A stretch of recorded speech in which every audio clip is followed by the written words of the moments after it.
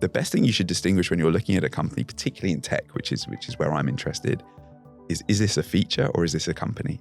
Obviously, there's the team, there's the leadership, all that kind of stuff, because a lot of features can go very fast and disappear overnight. And as a strategic investor, we are here to work hand in hand with our partner in crime to make sure that we are all very successful.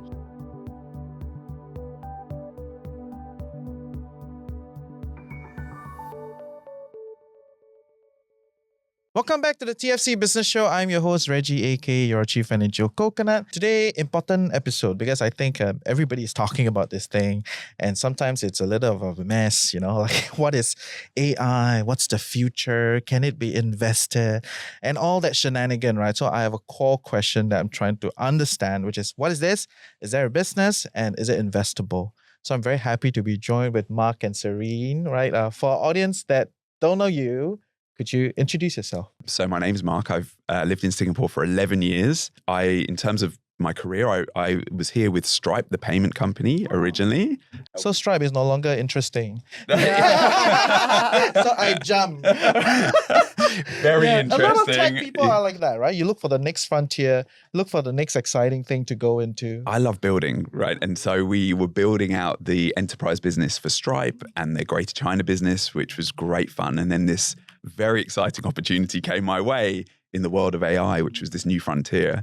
And so I've been lucky enough to be doing that for a little over a year now with AlphaSense, which I'm sure we'll get into later. But yeah, based here in Singapore. Okay, great. And Serene, for yourself? Yeah, hi, I'm Serene. I work for EDBI. So that's EDB Investments. I head up value creation and communications in the organization. I work very closely with my portfolio companies, people like Mark, to help them be immensely successful from Singapore. So what is your investment goal then from EDBI? Like, what do you want to achieve? What are your methodologies and all that? We want our portfolio companies to come to Singapore and create good jobs for Singaporeans and PRs. Not just for the GTM functions, but actually to maybe do product development and do something deeper, maybe AI research here in Singapore. Yeah, so those are the higher order goals, right? That's our developmental goal. Okay, yeah. Okay, great. And you guys invested in AlphaSense. We sure did. Right? I think we came in at Series E, right? I believe so. Yeah, okay. So why, barring going into the technicalities, why at Series E? Why not earlier? So EDBI, typically we come in at Series B and later stage companies, so it's at the growth stage. And the reason for that partly is because when we scour the world for investable good companies to bring into Singapore, they would be at a stage where they are ready for growth in Asia Pacific. We can give all the grants and we can make them sign all sorts of documentations to get them to come here. But at the heart of it, right, a company will come here and thrive because there's business in the region. So Series B and later stage company are growth stage companies. They are at the level where they are successful potentially, most likely in their own countries where they came from. And they want to be successful from Singapore. And Singapore is a great hub. We've got all the education, the security, the infrastructure, everything for companies in AI and an area like this to be successful. Okay. Later we'll go into a little bit more. Oh, we're not there. Right? Yeah. But because I think for our audience, so what is AlphaSense, right? So help us lay the ground. Yeah. What are you guys, what are you guys trying to do and all that good stuff? I know it's probably quite confusing for a general audience that everyone is talking AI. Where I'd say we're different is we think of ourselves as kind of enterprise grade AI. So if you're a business that needs information, knowledge, typically the generally available tools will use generally available news, right? So what is out there on the internet? What we do is we take premium proprietary sources to feed our model and help people make decisions. So it's what you can't get out there in the world, all these kind of information that's hidden behind walls or even internally in your own company, whether it's stashed away in a folder or a file or a Google Drive or SharePoint, we bring that all into one place and allow you to find those blind spots in your research process or find information really quickly using our tools. So just go a little bit deeper on that, right? So we break up the two parts, right? One is the tech layer, right? Where essentially if I have all the data sets which most, bigger companies or, we could argue most respectable companies have all sorts of data sets. Clean or not, that's a different question, right? Sure. So if they have a data set, you will come in with your software and then layer on their data sets and inform whatever that they need to be informed based on what they seek. Is that the idea? Yeah, it's probably helpful to give a use case, right? Give me some use cases, Imagine you're looking at a company you want to potentially invest in. Yeah. You will want to have your own internal documents, your notes, meetings that you've had in that decision-making process, but you'll also consult with external sources. So you'll be looking at maybe premium news. You'll be looking at broker research if they're being followed. You'll be looking at industry news. You'll be looking at expert calls where you've spoken to people that either worked with that company so you can interview them. So what we do is aggregate external sources plus the internal sources into one place. So when someone from EDBI queries, tell me about company X and what you know, it will pull out a really informed answer for you that isn't just scraping from the internet, that's actually from premium proprietary sources. And actually, as a paying customer of AlphaSense, which we are. Yeah, sorry about that. don't apologize. No discounts. It's great business, right? Skin in the game on many layers, right? Like we invested and we believe in the product, so we That's use right. it, right? Beyond the epidermis layer. Yeah. I can attest that that's exactly the way that an organization like EDBI uses AlphaSense. I mean, if you want to use the general AI tools out there, there's plenty, right? There's plenty out there. I won't name who, but but at the crux of it, right, it's not just data we are looking for. We are looking for information, which is a higher level. So there's data, there's information, there's knowledge, and then there's collective wisdom. And that's how the chain goes, right? So the faster we are able to get trustworthy information, the better decisions we can make from this. And that's why we leverage on AlphaSense a lot. Okay. Help me understand this trustworthy part, because my team don't use AlphaSense, not yet, right? But maybe when we get to a different level, right? After this, right? But we do use a lot of open source. And all the AI tools that everybody knows of, but it always hallucinates. Or the term is hallucinate, right? That means the information is not very trustworthy. We got to parse the information after we ask, the tool for it, right? And that creates extra workload. No, I think maybe the way to think about it is you're talking to a sly friend or a friend that's, you may not, think about it as talking to a human being. The character of your friend who hallucinates may be somebody, something I don't. You know a lot of things that I don't. But you may or may not be telling me the truth. And it's my job to find out what it is. I think we can't afford to have this kind of fear when using solutions like AlphaSense.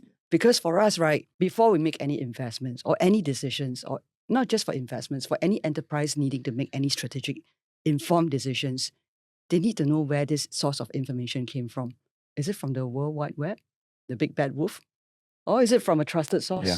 A lot of the general models will reference where they got the information from, but not take you to the source material. So it will say sourced from XYZ.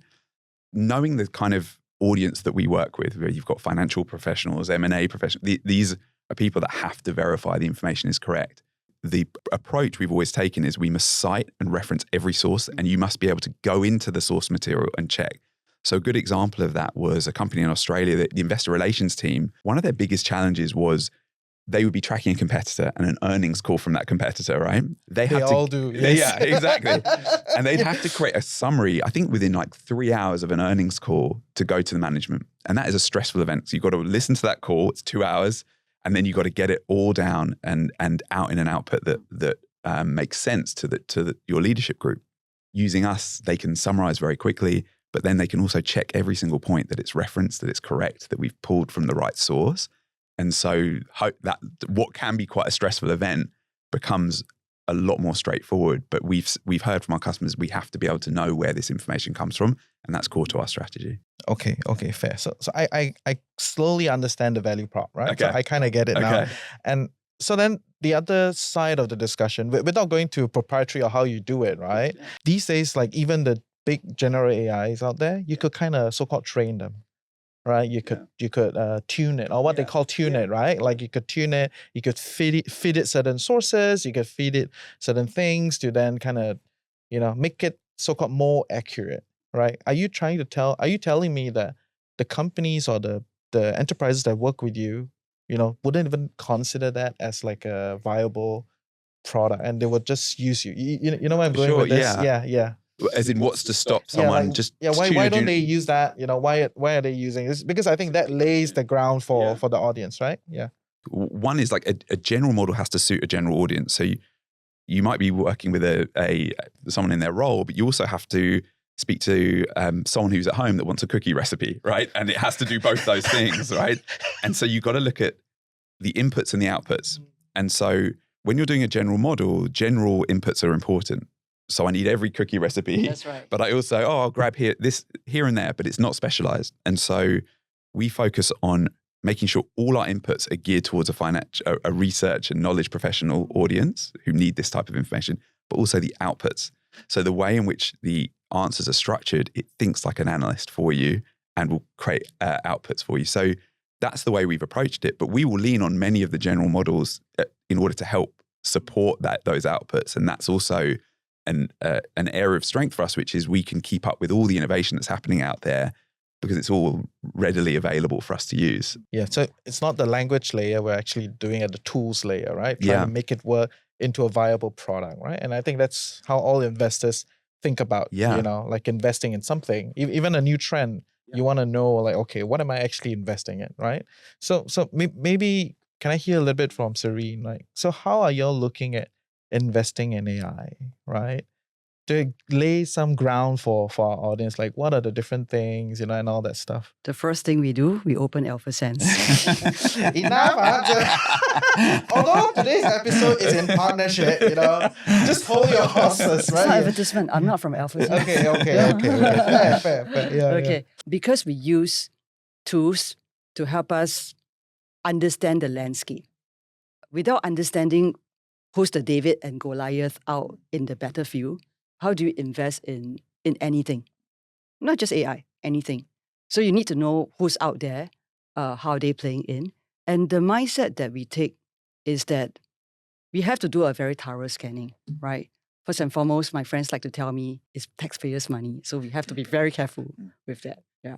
But you can't be paralyzed because Exactly. and then back again, then why do you do investment in the first place? Although my role primarily is working with my portfolio companies to make them successful here. But from a general investment perspective, right, first and foremost, let's go back to the fundamentals of investment. Is this company commercially viable? Can they make money? Do you have do you have data to interrogate? What are the trends? What gives them the right to win? What is the customer mode here? And drawing back to EDBI's investment remit, for the developmental remit, would these companies have a chance to be successful here in Singapore? Would our enterprises here be interested and mature enough to take in and be progressive with such solutions that we bring here?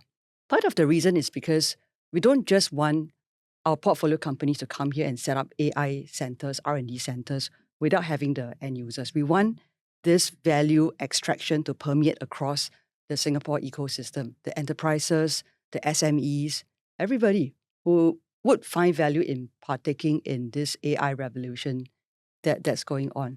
So that is the overarching charter that we have when we invest in companies to come to Singapore. So that's a very unique view to EDBI. So will you say that you're not investing at language level? Like at the language model, you're just at the product level. Can't fire it in my language to say that never. I think at the foundational level, we haven't invested in any companies at the foundational language level. I think that generally from a public perspective, right? You look at all the big going-ons. OpenAI started the big Pandora box opening ceremony, and then you have DeepSeek, you have Manners, and you have all the different, gremlins and coming out. Gremlins and goodness, to be fair, right, coming out from that. So it's hard to keep up with this spiky trend. And because we are EDBI, we do a lot of due diligence into that. So we can't be swayed easily by the fads and the trends that's ongoing, right? What we like is that we like the middle layer, which is the picks and shovels. So the middle layer players will be the ones that does data classification, data labelings. And, imagine that if this is the gold rush, these are the spade makers, the picks and shovels provider, not the gold prospectors. Think of it from that perspective. And then at the higher strata, you will find solutions like AlphaSense, which we have invested in. Applications both on the horizontal stack and also on the vertical stack itself. Vertical stack meaning that they serve a certain domain for a very specific purpose itself. Horizontal is a platform play. So we like both these areas itself. Okay. Yeah. Okay. Pretty clear. From your business point of view, like what's the TAM? Everybody want to know that, right? Like, what is the potential? Where are you now in objectively looking at this potential? Yeah. So we're fairly excited. We announced yesterday that we reached $400 million in I saw, ARR. on the LinkedIn, Just a little one yeah. which is a massive achievement, and 6,000 customers. It's interesting in space because the TAM changes. So traditionally, you could think of like those traditional terminal players that are out there that possibly we were a challenger to, but equally the playing field keeps changing from also the larger LLM models. I think the thing that we're really laser focused on is our end user, which is very specific, and we know who they are, and how can we create more and more outputs for them that are valuable in their day.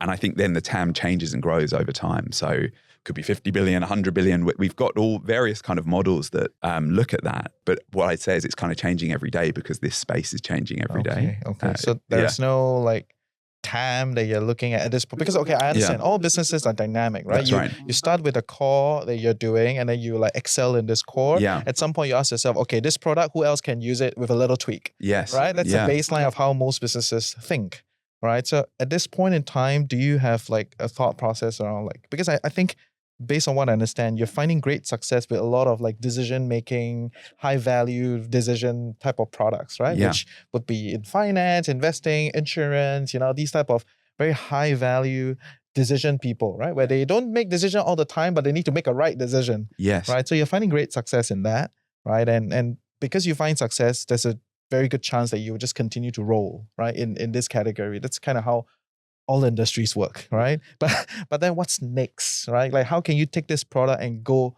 into another place? And then like, I think that's kind of helps us understand that like, what's the investability? My view is that there's a lot of runway in this space. And I think this is a very large audience. And there's also, if you think about it, there's the US. I'd still say APAC is relatively early for us in our growth stage in terms of where we are.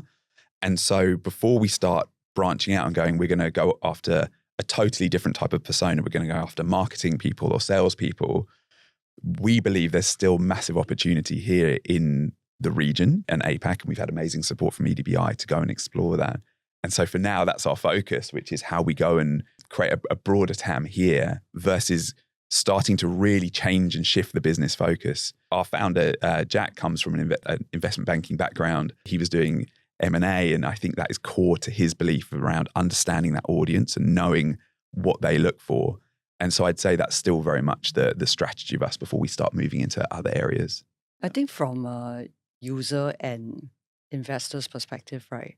Enterprise intelligence, enterprise search is a converging area, convergence point, because you have the hallucinatory guys who's coming in, right, from the war into enterprise side.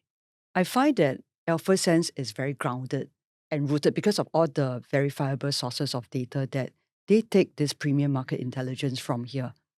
And there's a convergence. There's a convergence towards this area. And in a sense, right, talking to all the enterprises that we talk to as part of our job, everybody's trying to find that right convergence point. And the keyword, surprisingly, is not intelligence or search. It's enterprise. Because there are new things that come out on an almost weekly basis that goes after the enterprise market. Yeah. But enterprises typically take some time to sort of have that technology come in, test, get attraction, permeate, and become production class and widely accepted. I think that's a good point. Yeah, so internal data, I'd say, is definitely an area where there's enormous opportunity. Mm-hmm. And I think when we speak to companies, they see it as a very hard, complex process. This is going to be years, millions of dollars, security. I think that there's this kind of build versus buy argument that's happening for a lot of companies right now. And we're obviously in the buy part because ultimately... Because you've built it. Because we built it. But also, it's not just building it in the first time. It's not one and done. You've got to maintain it. You've got to keep up with all the latest kind of developments. And so I think that's a really interesting area for growth for us. So yeah, it's a great point, that kind of internal information. I think AlphaSense actually, I mean, it comes from the buy space. Of course, you got to buy, it's not free, right? But it also partakes in the hybrid space where customers are building something.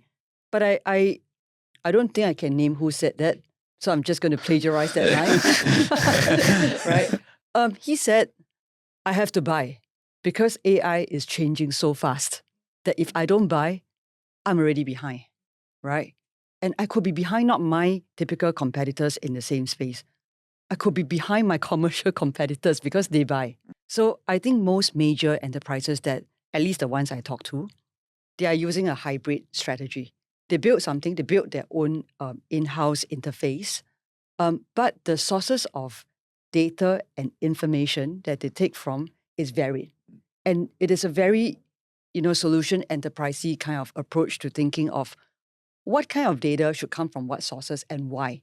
So provenance, like what AlphaSense does best, right, is really very important. Where do you get the data from? How is it verifiable? Can I trust it? I get it, right? And then you probably run like tons of licensing agreement with all the data houses across the board, right? So I have a general sense of how this works.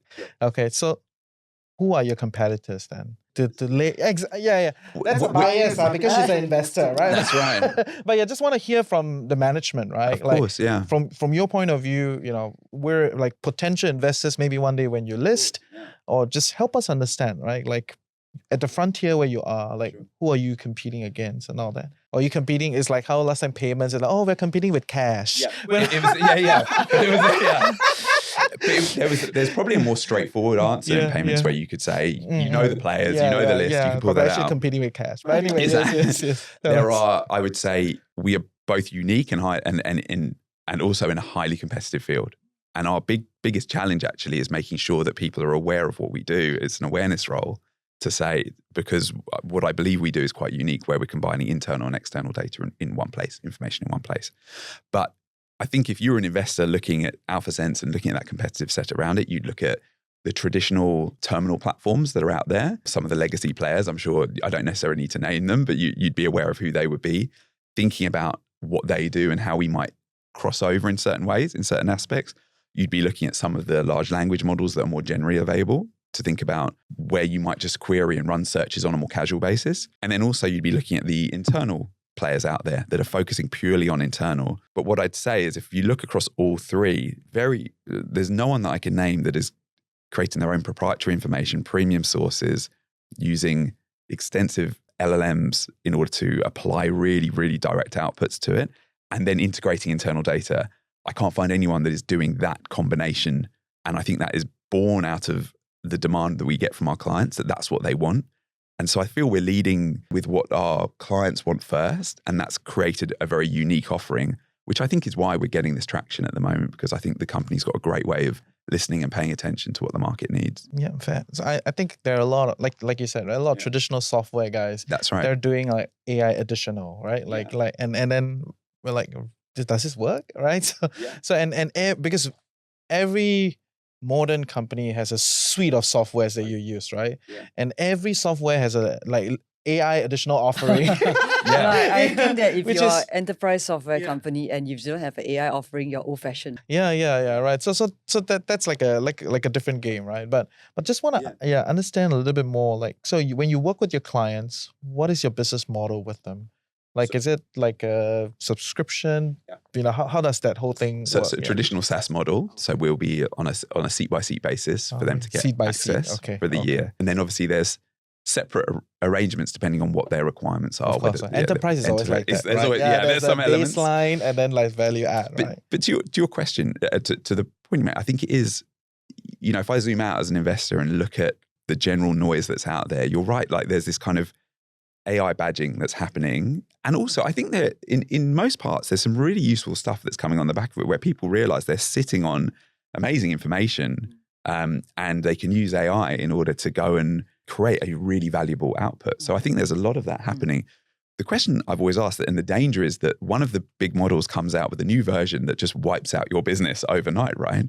And I think the two areas of protection for companies is one, how unique is the ingredients you're putting into the sausage, right? How unique is your data and information? That is our oil, right? How special, how much, in our case, how much alpha can that give you from insights and understanding? The second part is how unique can your output be that you are saving people huge amounts of time and creating a massive convenience by taking their workflow and creating something that can genuinely help them in their work, in their day-to-day. And I think we're seeing lots and lots of examples of that. And I think those two elements will protect you from all the big moves and big changes that can happen. And I think it's what helps me sleep at night, knowing that that's where we're focused. And I think that gives us a really good long-term horizon. Okay, fair. So without saying AlphaSense again, right? I just want to ask like, because I understand like the picks and shovel kind of idea that you're going with, right? Every investor have a preference. You've laid out your preference. Do you have other, you don't need to name names, but other interesting categories that as a, reputable ICT investor that you're thinking of? Which one day maybe AlphaSense will vertically integrate and, There we go. As in all SaaS companies, right? You will just right. buy up and then keep growing. But yeah, I think from a general, input, for EDBI, we invest in ICT, healthcare, and emerging tech. So we see quite a wide spectrum of, innovations happening across different domains, different industries. Generally, we look at, solutions, companies that will give unfair advantage to the end users. Unfair advantage. And the word unfair is a shifting term, right? Everybody wants an advantage. But what is that alpha, that you give that unfair advantage to? I think what we are seeing, and my colleagues, they make periodic trips to the US, to other parts of the world, to Europe, to scour for the latest and best and greatest bleeding edge technologies and determine whether they fit into our investment remit to come here and, do what we do earlier, right? I think one area that we are looking at, and we haven't invested in any companies in that area, is agentic AI. Agentic AI. I mean, okay, think about it this way. You've got all the great wisdom, insights, knowledge, information, data. What are you going to do about it? Who is going to do something about it for you? What is going to do something about it for you? So you see, the word who becomes a what. How do you integrate that into your work stream, into your process flow? And enterprises is all about work stream and process flows.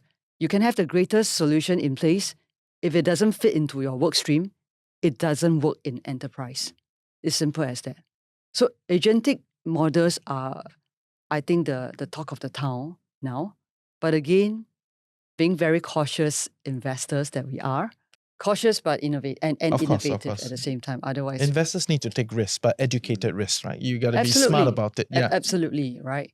I've got smart colleagues on the investment side who, this is their bread and butter. Think about it every day.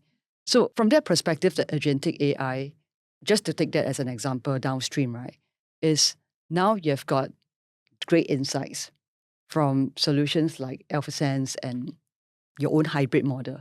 How can you get this solution or get this action out? How can you shorten? How can you realize the efficiency goal, the effectiveness goal, and maybe the progressive goal that your stakeholders are asking you to do?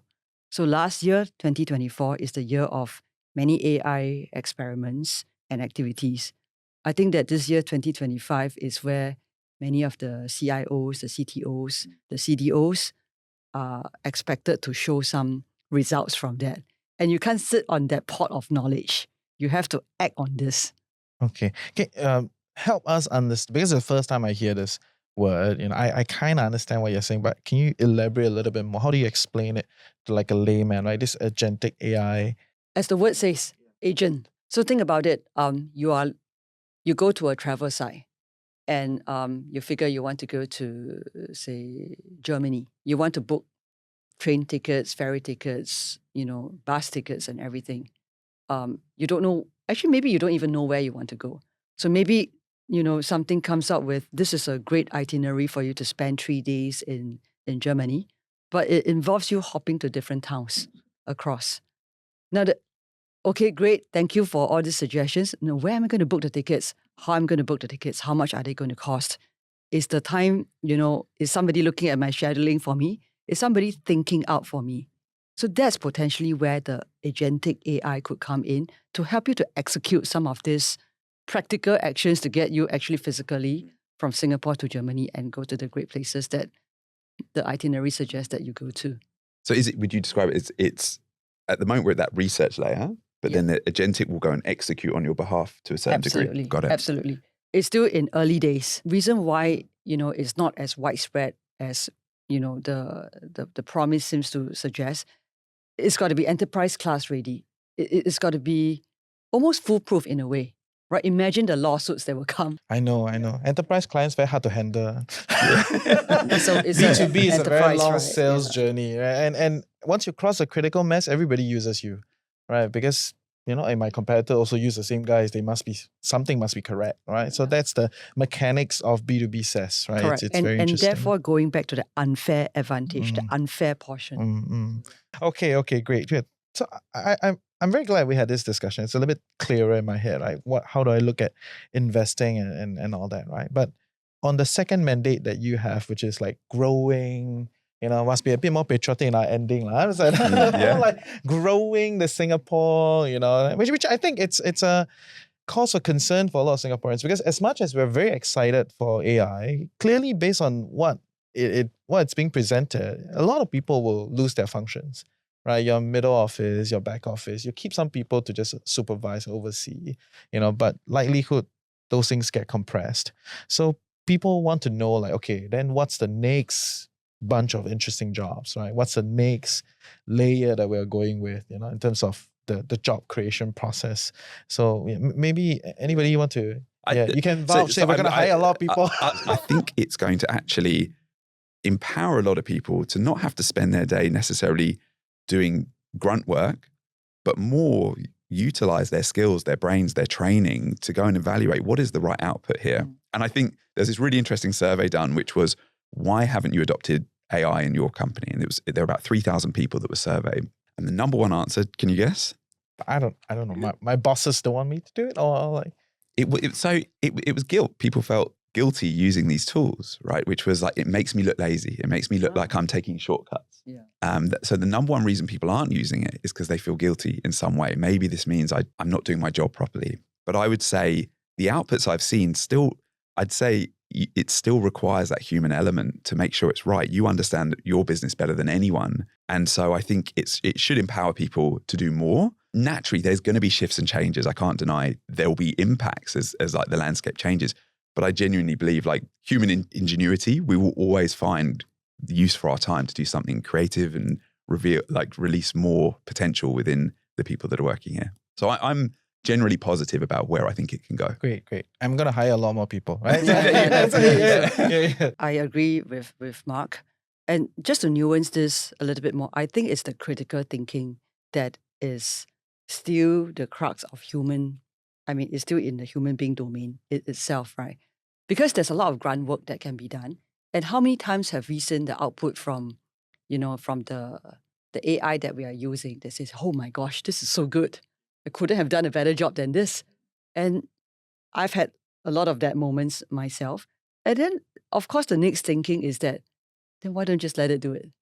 When does the paintbrush become the painter, right? I think that actually is the part about the insecurity that a lot of the current painters are feeling itself, right? It's not just about the slight shame or laziness. At the back of the head, right, a lot of people are thinking, if it's doing such a good job, at one point, can it take over my job? Do you still need me? And that is a very real concern. And I think the crux goes back to what you mentioned. What should be the skill set that people, not just young kids, across all ages, because we're in the working environment now, need to acquire to match this? I think it's about the ability to harness the tools that are out there. You can't just go back to the offline way of doing things, because the alpha is there, the difference is there, the unfair advantage is there. And there's a lot of room to play in. I'm an optimist in this area, simply for the fact that we are human beings. We'll always find areas where we excel in and differentiate ourselves. So today, I think that how we differentiate ourselves is the authenticity of thoughts. How do you say, oh, I think that's good. oh, I think that's bad. So for critical people, congratulations, best profession ever. But it's the critical thinking that has become a lot more important, and also the ability to harness the tools that helps you in your job, and for you to show your value-added difference. Okay, fair. I get it. That's a much longer discussion. We need a season. Oh, Okay, okay. yeah. But I do see, and on our team we use a lot of different little AI tools, and and I've seen how much unfair advantage it can give me. Right, with the team can be so lean and do so much, and then every time you bring someone in, it's like exponential. It's amazing. But here's one interesting factoid, right? Is when you get somebody in and you say, I expect you to do ABC. Now, if this person finds toolkits to help do ABC in a much shorter period of time, if this is a highly motivated individual, right, this person will find a lot more value to bring into the rest of the hours of the day. And as an organization, you'll find a lot more value in this person. I think there is a 3-person billion-dollar startup out there somewhere, and I don't think it's that far away, whereas that would have been impossible 10 years ago. Yeah. I think it's opening up massive possibilities for people. Great. Okay, that was a great chat. Right. In closing, do you have any last things you want to share to our audience that are, still like thinking about investing in AI and what's to come and all that? Just some closing ideas that for some reason you have not talked about yet. My personal, a very successful investor shared this with me, is the best thing you should distinguish when you're looking at a company, particularly in tech, which is where I'm interested, is this a feature or is this a company? And that's his, like, obviously there's the team, there's the leadership, all that kind of stuff. But when you're looking at a product level, ask yourself, is this a feature or is this actually a company that I'm investing in? Because a lot of features can go very fast and disappear overnight. That's right. But companies don't. If they're well run, if they've got the right leadership vision behind them. And so that's generally been my investment principle, if that is at all helpful to the audience. And as a strategic investor, we are here to work hand in hand with our partner in crime to make sure that, we are all very successful here in Singapore. It's strategic. It's a different level. Like, because for us, a lot of retail investors, we look at financials, we try to understand, and then we make a decision, right? We are not hand in hand with management trying to make it work. Whereas I think what you guys are doing, it's strategic and you're trying to grow it much further. So yes, thank you for your time. Thank you so much, Reggie. If you have any questions for us, put it in the comment section. If not, thank you. I will see you at the next episode of The Business Show. Bye-bye.